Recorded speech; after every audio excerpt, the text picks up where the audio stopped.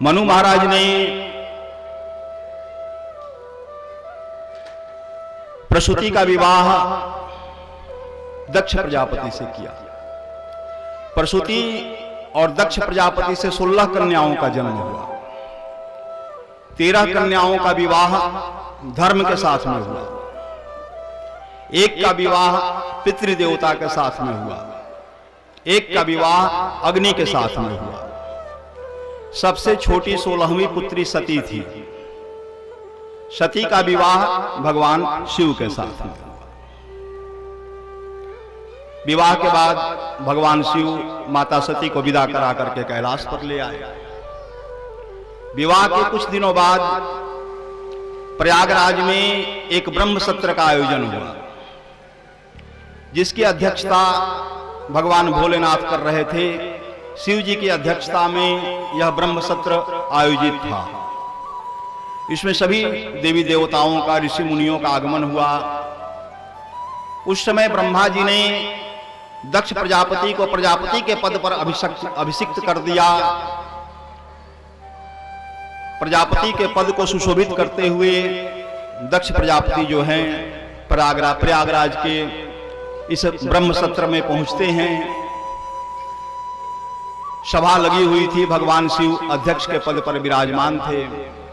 तो भगवान शिव तो आत्मा राम हैं भाई, वह अपनी आत्मा में ही रमण करते रहते हैं। उन्हें संसार मोह माया से कोई मतलब नहीं रहता है। निर्लिप्त रहते हैं, असंग रहते हैं। संसार में रहते हुए भी संसार की मोह माया से असंग रहते हैं। अपने अध्यक्षीय सिंहासन पर बैठे हैं। दक्ष प्रजापति का सभा में आगमन हुआ। शिव जी ने न उठ करके कोई अभिवादन किया, न प्रणाम किया, ना ही बैठने के लिए संकेत किया। दक्ष प्रजापति को लगा कि हमारे जमाता हैं, हमारे दामाद हैं, और प्रणाम भी नहीं कर रहे हैं, कोई अभिवादन भी नहीं, ना ही कोई संकेत। यह भरी सभा में हमारा तिरस्कार कर रहे हैं, हमारा अपमान कर रहे हैं।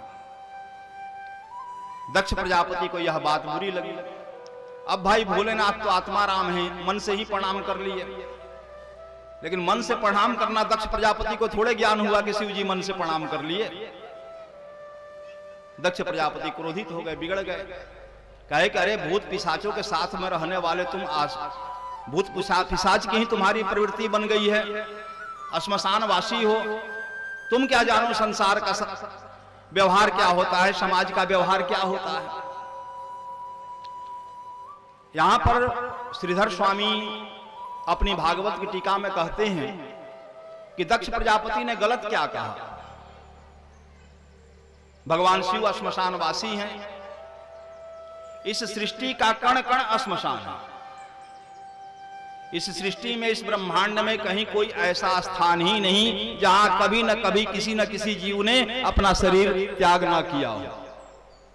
तो यह समस्त सृष्टि ही श्मशान है। और जब शिव जी श्मशानवासी हैं तो भाई यह सृष्टि ही श्मशान है, तो शिव जी सृष्टि के कण कण में निवास करते हैं, श्मशानवासी हैं, तो इसमें क्या गलत है भाई। देखो संत जो होते हैं वह बुराई में भी अच्छाई का दर्शन करते हैं। फिर आगे दक्ष प्रजापति ने कहा कि जाओ, आज से यज्ञ के मध्य में तुम्हें कोई भाग नहीं दिया जाएगा, तुम्हें कोई आहुति नहीं दी जाएगी। श्रीधर स्वामी कहते हैं कि यहां भी दक्ष प्रजापति ने गलत क्या कहा। अरे भगवान भोलेनाथ कोई देव थोड़े हैं, यह तो देवाधिदेव महादेव है। और कोई भी यज्ञ शुरू होता है तो गणेश जी के बाद सबसे पहली आहुति जो है वह भोलेनाथ को पड़ती है। और शिव जी का यज्ञ है तो बीच में तो शिव जी की आहुति पड़ेगी ही, लेकिन अन्य देवताओं का भी यज्ञ है।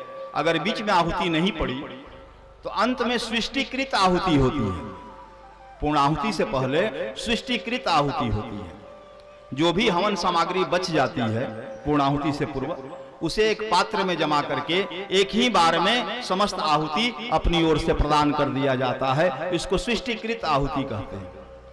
यह आहुति भी सीधे देवाधिदेव महादेव को प्रदान की जाती है। तो दक्ष प्रजापति के कहने का यहां भाव था कि शिव जी कोई देव नहीं है, वह देवाधिदेव महादेव हैं, और जब महादेव हैं भाई तो उनके अनुसार उन्हें आहुति प्रदान की जाएगी।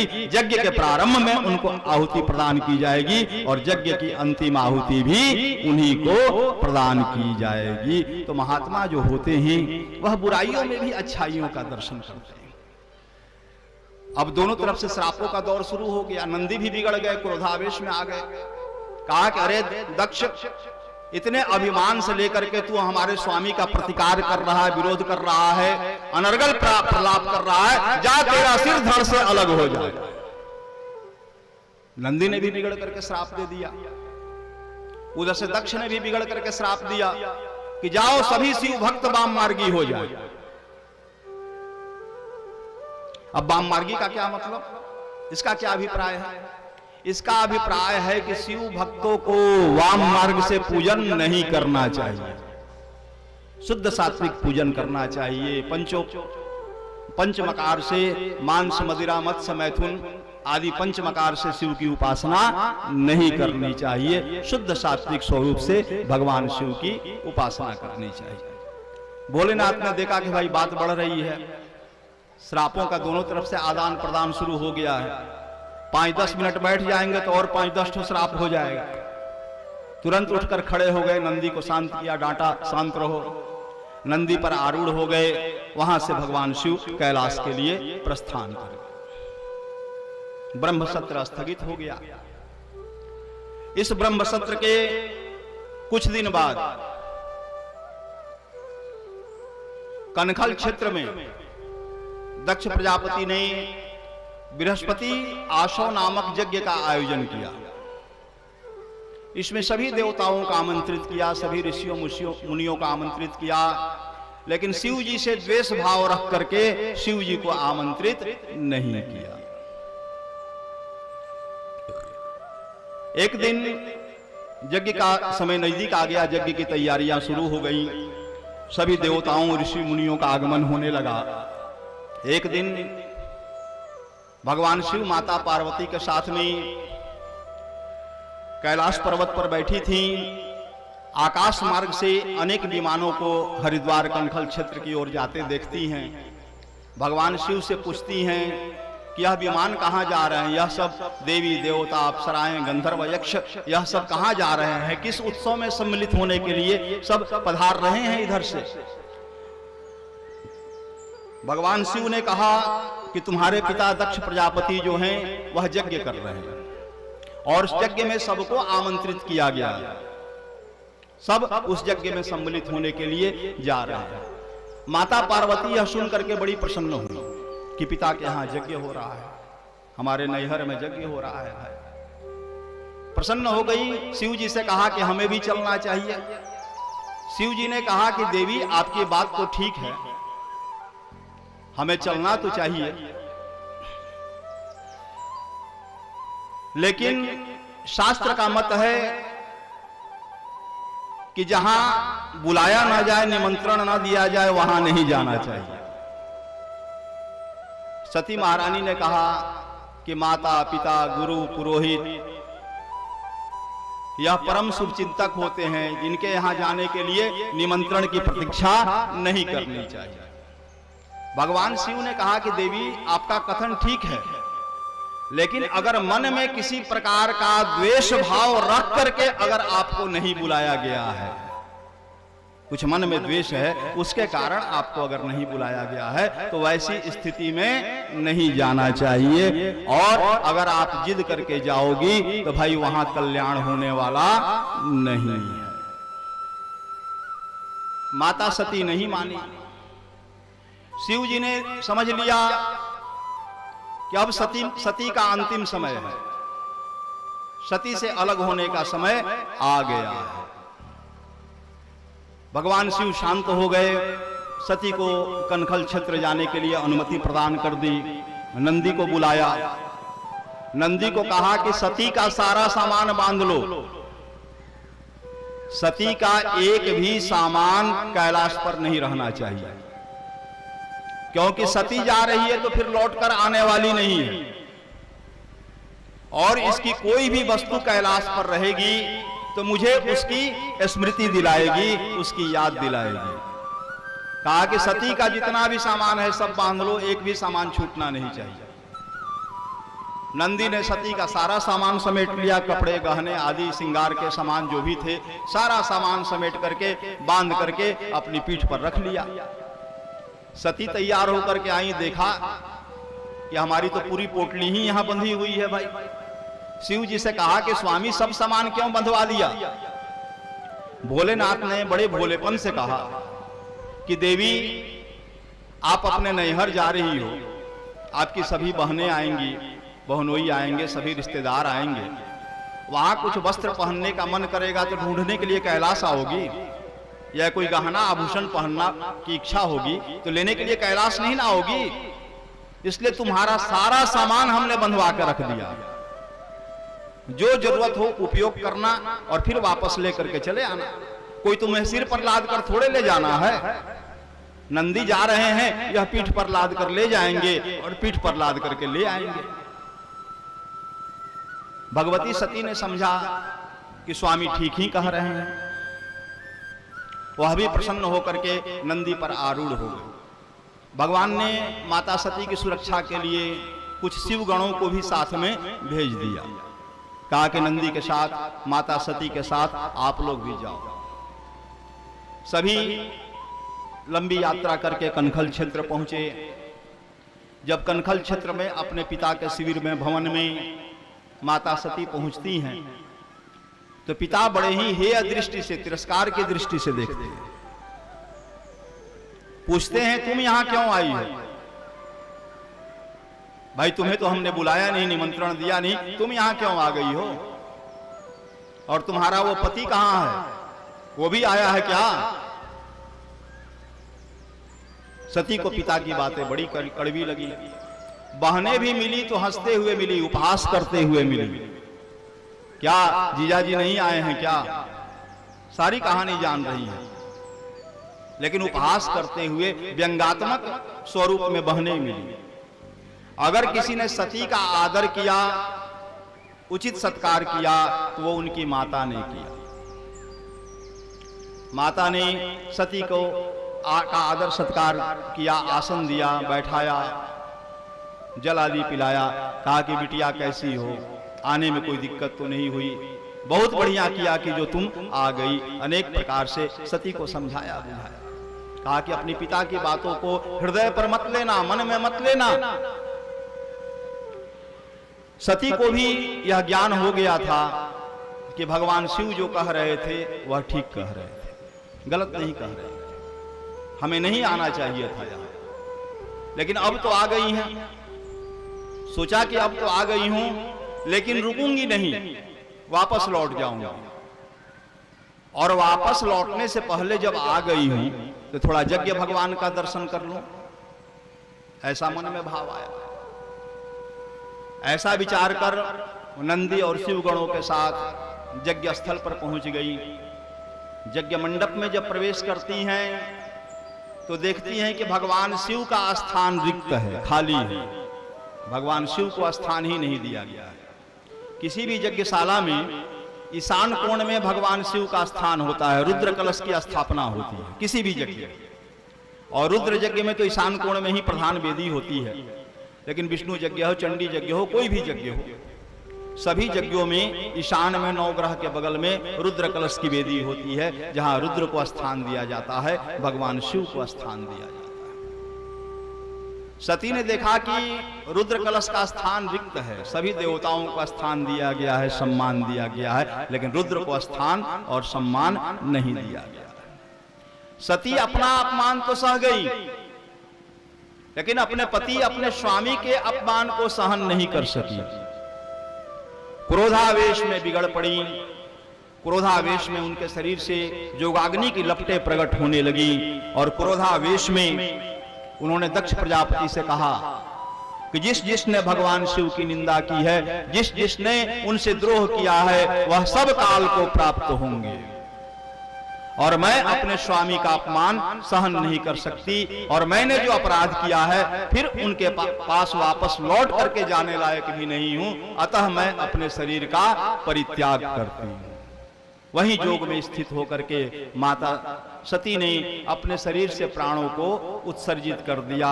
उनका निर्जीव शरीर जो है भूमि पर गिर पड़ा। बहुत जगह विद्वान लोग ऐसी भी व्याख्या कर देते हैं कि सती यज्ञ कुंड में कूद गई। ऐसा नहीं है भाई। अगर सती यज्ञ कुंड में कूद गई तो स्कंद पुराण आदि में कथा आती है कि जब भगवान शिव सती के मरने के बाद सती के मुंह से ग्रस्त हुए और सती के शरीर को अपने कंधे में लेकर के त्रिलोक में विचरण करने लगे, तब भगवान विष्णु ने अपने सुदर्शन चक्र से सती के शरीर के 51 टुकड़े किए। वही 51 स्थानों पर गिरे और 51 शक्तिपीठ हुई। अगर सती कुंड में जल के भस्म हो जाती तो किस शरीर को भगवान शिव लेके घूमे? किस शरीर का विष्णु भगवान ने टुकड़ा किया भाई? कहने का तात्पर्य है कि सती ने जोग में स्थित होकर के, जोगाग्नि में स्थित होकर के अपने शरीर से अपने प्राणों को उत्सर्जित कर दिया, अपने शरीर का त्याग कर दिया। जब नंदी ने देखा, शिव गणों ने इस दृश्य को देखा, सब क्रोधावेश से भर गए और सभी भृगुवंशीय ब्राह्मणों पर आक्रमण कर दिया, दक्ष के समर्थकों पर आक्रमण कर दिया, युद्ध छिड़ गया। तब भृगु ऋषि ने यज्ञ में आहुति प्रदान की। उस आहुति के प्रभाव से यज्ञ से देवताओं का प्राकट्य हुआ और युद्ध प्रारंभ हुआ। युद्ध में नंदी भी घायल हो गए, कई शिवगण घायल हो गए, कई के हाथ कट गए, कई के पांव कट गए, कई मारे भी गए। अंततः नंदी को शिवगणों के साथ वहां से भागना पड़ा। घायल अवस्था में सभी शिवगणों के साथ नंदी जब कैलाश पर पहुंचते हैं, उस समय कैलाश पर एक शिला पर बैठे हुए भगवान शिव जो हैं देवर्षि नारद को ब्रह्म तत्व का उपदेश कर रहे थे। उस समय नंदी पहुंचे। नंदी ने कहा कि महाराज, माता सती ने अपने शरीर का त्याग कर दिया, अब नहीं रही माता। भगवान सुने, कोई प्रभाव नहीं। वो तो जानते थे कि ऐसा होने वाला। शिव जी पर कोई प्रभाव नहीं हुआ। ब्रह्म चर्चा कर रहे हैं, नारद के साथ कर रहे हैं, कई बातें बताई, रोने भी लगे नंदी, लेकिन शिव जी पर कोई प्रभाव नहीं हुआ। अंत में नंदी ने कहा कि प्रभु, हम लोग को भी बहुत मारा पीटा गया है, बहुत से शिवगण मारे गए हैं, देखें इसका हाथ कट गया है, इसका पांव कट गया है, इसका यहां घाव है, सब दिखाने लगे। जब अपने गणों को कष्ट में देखा, भक्तों को कष्ट में देखा, तो थोड़ा सा शिव जी को आवेश हुआ। उस आवेश में उन्होंने अपनी जटा से एक बाल को तोड़ा और उस बाल को वहीं एक शिला पर पटक दिया। पटकते ही वीरभद्र और महाकाली का प्राकट्य हुआ और दोनों से कहा कि जाओ दक्ष के यज्ञ का विध्वंस कर दो, दक्ष का सर्वनाश कर दो। दोनों क्रोधावेश में वहां से कनखल क्षेत्र की ओर चले और जब महाकाली और वीरभद्र कनखल क्षेत्र में पहुंचे, इनका इतना उग्र रूप था कि जो भी इनके हाथों पकड़ा गया वह मारा गया। चाहे ऋषि हो, ब्राह्मण हो, देवता हो, जो भी इनके हाथ पकड़ा गया वह मारा गया। सबका वध करते हुए यह यज्ञ मंडप में प्रवेश कर गए। भृगुवंशीय ब्राह्मण भागने लगे। वीरभद्र ने दक्ष प्रजापति को भी पकड़ा और पकड़ करके ला करके उसे यज्ञ मंडप में, उसी स्थल पर जहां माता सती ने शरीर का त्याग किया था, उसी स्थल पर ला करके पटका और अपने कृपाण से दक्ष प्रजापति के सिर को उसके धड़ से अलग कर दिया और अलग करके उसी यज्ञ कुंड में दक्षिण मुख होकर के स्वाहा करके उसके सिर की आहुति प्रदान कर दी। आहुति प्रदान करके लौट गए वीरभद्र। महाकाली तबाही बर्बादी करके लौट गए, यज्ञ का विध्वंस करके लौट गए। बाद में ब्रह्मा सभी देवताओं को लेकर के, ऋषियों को लेकर के कैलाश पर गए। भगवान विष्णु भी साथ में गए। सबने कहा कि हे भोलेनाथ, यज्ञ के स्वरूप आप ही हो, यज्ञ के कर्ता भी आप ही हो और विनाशकर्ता भी आप ही हो, यज्ञ की रक्षा करने वाले भी आप ही हो, यज्ञ की मर्यादा की रक्षा भी आप ही करते हो। आज यज्ञ की मर्यादा का उल्लंघन हो रहा है, जजमान ही नहीं रहेगा तो यज्ञ कैसे पूरा होगा। और अधूरा यज्ञ छोड़ा भी नहीं जा सकता। आप स्वयं धर्म मूर्ति हो, धर्म स्वरूप हो, धर्मारूढ़ रहते हो, ऐसी कृपा करें कि धर्म की हानि न होने पाए, यज्ञ की रक्षा हो और यज्ञ पूर्णता को प्राप्त हो। सभी देवताओं पर कृपा करके भगवान शिव सभी देवताओं के साथ कनखल क्षेत्र में आया। जब वहां आए, भीषण नरसंहार, भीषण रक्तपात देखा, बिगड़ गए नंदी पर। कहे कि अरे मूर्ख, तुमको इतना मारकाट मचाने के लिए थोड़े बोला था, तुमको तो बोले थे कि डरा धमका करके आ जाओ, तुमने इतना नरसंहार कर दिया, डांटे बिगड़े। देखो, पिता ही अपने पुत्र को कहीं गलत कार्य करने के लिए भेजा हो कि जाओ कर उसका सिर फोड़ करके आओ, बच्चा सिर फोड़ करके आ गया। लेकिन समाज में तो अपने बच्चे को ही डांटना होगा कि अरे भाई सिर क्यों फोड़ दिया, बोले थे एक दो हाथ लगा के आ जाना, सिर क्यों तोड़ दिया। यही बात भगवान शिव भी कहते हैं। फिर कृपा करके, करुणा करके जितने लोगों के अंग भंग हुए थे, भगवान शिव की कृपा से सभी के अंग जुड़ गए। सभी जो मृत थे वह सभी पुनः जीवन को प्राप्त कर गए। सबको जीवन प्रदान करने के बाद भगवान शिव दक्ष के समीप पहुंचे। तो दक्ष का तो अब सिर ही नहीं है भाई, सिर रहे तो जोड़ करके पुनः जीवन दे दें, अब क्या करें। तब भगवान शिव ने शिव गणों का आदेश दिया कि यहां से उत्तर दिशा की ओर जाओ और उत्तर दिशा में जो भी पहला जीव मिले उसका सिर काट करके ले आओ। शिवगण गए, उत्तर दिशा में एक अज मिला, बकरा को अज कहते हैं, उसका सिर काट करके शिवगण ले आए। भगवान शिव ने उस बकरे के सिर को दक्ष प्रजापति के सिर पर जोड़ दिया और दक्ष प्रजापति पुनः जीवित होकर के बैठ गए। आत्मबोध हो गया, ज्ञान हो गया, भगवान के चरणों में गिर पड़े, भोलेनाथ के चरणों में गिर पड़े, शरणागति हो गए। देखो, यहां विद्वान लोग अनेक प्रकार के विचार करते हैं। दक्ष प्रजापति के सिर पर बकरे का ही सिर क्यों लगा भाई? दक्ष प्रजापति के धड़ पर बकरे का ही सिर क्यों लगा? तो बकरा जो होता है वह बड़ा कामी होता है और बड़ा ही अहंकारी होता है। दक्ष भी अत्यधिक अहंकार से पूर्ण था। इस कारण अहंकार का स्वरूप उसे बकरे का सिर प्राप्त हुआ। और अज का एक अर्थ होता है ब्रह्म भी, अज का एक अर्थ बकरा भी होता है और अज का एक अर्थ ब्रह्म भी होता है। कहा कि भगवान शिव ने दक्ष प्रजापति के सिर पर अज का सिर लगा करके, बकरे का सिर लगा करके दक्ष प्रजापति को ब्रह्म दृष्टि प्रदान किया। जो उनके भीतर काम, क्रोध, मद, लोभ आदि का अंश था, उस ब्रह्म ज्ञान से, उस ब्रह्म दृष्टि से वह सब नष्ट हो गया।